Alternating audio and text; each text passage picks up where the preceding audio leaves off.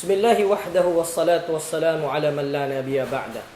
Makakapasok nga ba ng paraiso o kaya'y maiimpyerno ang isang Muslim na nagdadasal siya ng 5 beses sa isang araw, ginagawang obligasyon niya, pero sa kabila nito ay masama ang kanyang pag-uugali?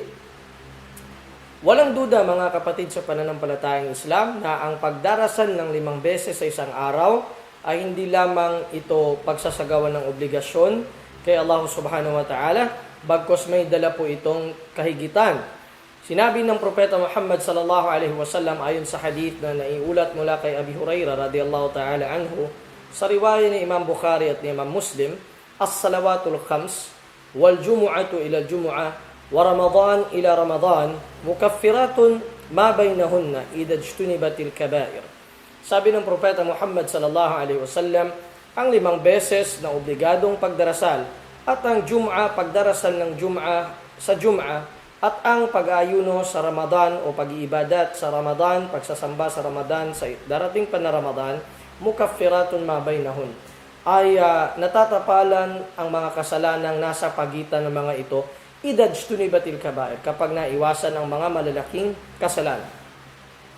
Ganon din nabanggit ng propeta o binanggit ni Propeta Muhammad sallallahu alaihi wasallam sa riwaya pa rin ni Imam Bukhari at ni Muslim at mula pa rin kay Abi Hurairah radhiyallahu ta'ala anhu. Tinanong niya isang araw ang kanyang mga sahaba. Sinabi niya, "Ara'aytum law anna nahran bi babi ahadikum yaghtasilu minhu kulla yawmin 5 ayabqa min daranihi shay?"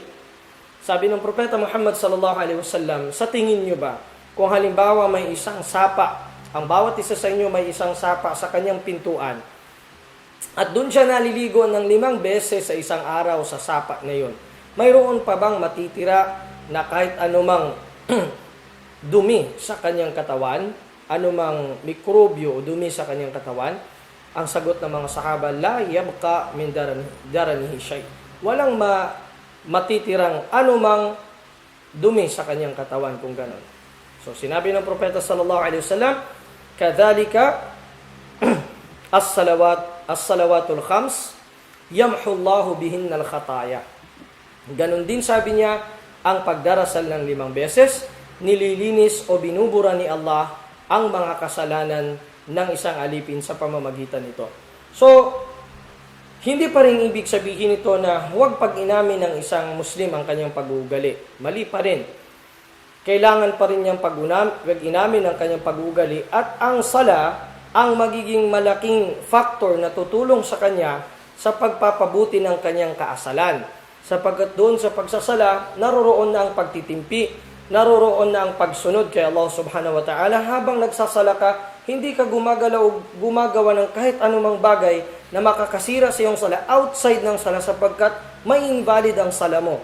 So, ganon din dapat ang nakukuha nating bunga sa pagsasala natin kung sinasa puso natin ito, ang pagtitimpi, ang mga masasamang kaugalian ay dapat nasusunog nito. Subalit kung titimbangin natin, mga minamahal naming mga taga-subaybay, kung ating titimbangin ang ang Muslim na maganda ang kanyang ugali subalit hindi nagsasala, at ang Muslim na nagsasala subalit mayroon lamang siyang mga hindi magaganda pag-uugali, mas matimbang pa itong nagsasala na mayroon siyang hindi magandang mga kaasalan kaysa sa mabuting ang ugali niya pero hindi siya nagsasala. Bakit? Dahil ang sala ay obligasyon mo sa iyong Panginoon, kay Allah subhanahu wa ta'ala. Samantala ang kaasalan ay sa iyong sarili ito at sa iyong kapwa-tao, mapamusliman o hindi. So ngayon, mas mabigat yung tinatawag na iyong obligasyon at pakikitungo sa iyong Panginoon. Paano mong o sa anong paraan mo mapapagbuti ang pakikitungo sa iba na kagaya mong alipin ni Allah kung mismo sa iyong tagapaglikha ay hindi maganda ang iyong relasyon? Unahin ang relasyon doon sa tagapaglikha.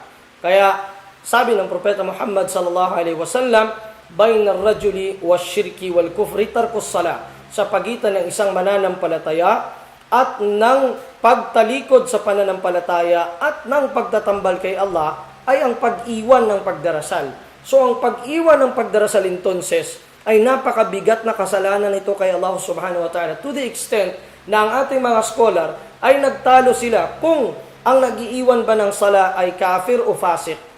Hindi ba mananampalataya o siya'y tuwirang sumasalungat lamang kay Allah Ta'ala. Imagine, hindi pinag-usapan dun kung mananampalataya pa ba siya o hindi. Subalit, yung parehas na masasamang trait, mga kapatid sa Islam. Subalit, hindi ibig sabihin ito'y pababayaan natin ang ating kaasalan. Inuulit natin, si Propeta Muhammad sallallahu alaihi wasallam, pinuri siya ni Allah subhanahu wa ta'ala at walang ibang pagpuri sa kanya na kung saan siya inangat liban sa mabuting pag-uugali. Sinabi ni Allah Ta'ala, wa innaka la'ala khuluqin azim. Ya Muhammad, ikaw ay nasa pinakamabuting kaasalan o pag-uugali. Subalit magkagayon man, kapatid sa pananampalataya, mahirap man nating sabihin na nating maperpekto itong dalawa na tinatawag, subalit i-prioritize mo ang obligasyon mo sa iyong Panginoon. So maimpirno nga ba? Mapaparaiso nga ba? Mas ikakaparaiso ng isang Muslim o ang ikakaparaiso ng isang Muslim ang obligasyon niya sa kanyang Panginoon sapagkat nasa pagitan siya ng shirk at ng kufur, ang pag-iwan nitong sala. So, maging mabuti man ang kanyang ugali pero hindi siya nagsasala, mahuhulog pa rin siya doon sa kung anong nasa pagitan ng shirk at ng kufur at ng iman, ng pananampalataya, pagtatambal kay Allah at sa tinatawag na pagtatwa o pagpapasinungaling sa katotohanan.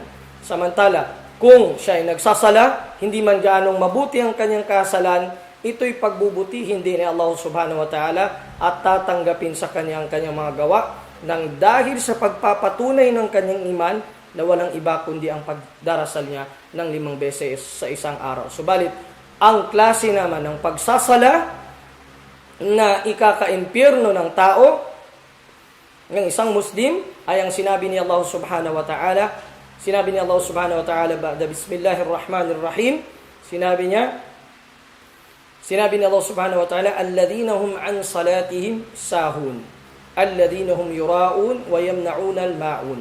Sino yung mga, sinabi ni Allah, fawailul lil musallin, kasawian at impyerno ang magiging parte o bahagi ng mga nagsasala, alladhina hum an salatihim sahun. Yung mga kapag nagdarasal sila, wala doon ang kataimtiman, wala doon ang puso nila, nasa dunya lahat. Alladhina hum yura'un. Yung mga nagpapakitang tao lamang sa kanilang pagsamba.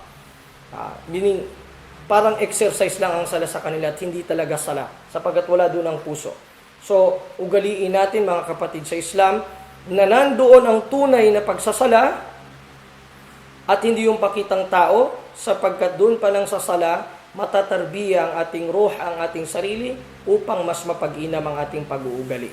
Ikaka-paraiso ang pagsasala, kahit na meron siyang masasamang kasalan, so tandaan ninyo, titimbangin pa ito doon sa araw ng paghukom, hanggang wala nang matira sa kanyang anumang kabutihang gawa, at maaring ikatapon sa kanya sa impyerno. Maaring hindi siya manatili magpakailanman doon, sapagkat hindi siya nakalabas sa Islam, so bakit makakatikim siya ng impyerno kung ganun, kung hindi nag-epekto sa kanyang ugali ang kanyang pagsasala. Wa sallallahu wa sallim wa barik ala nabiyina Muhammad wa akhiru da'wana alhamdulillahi rabbil alamin.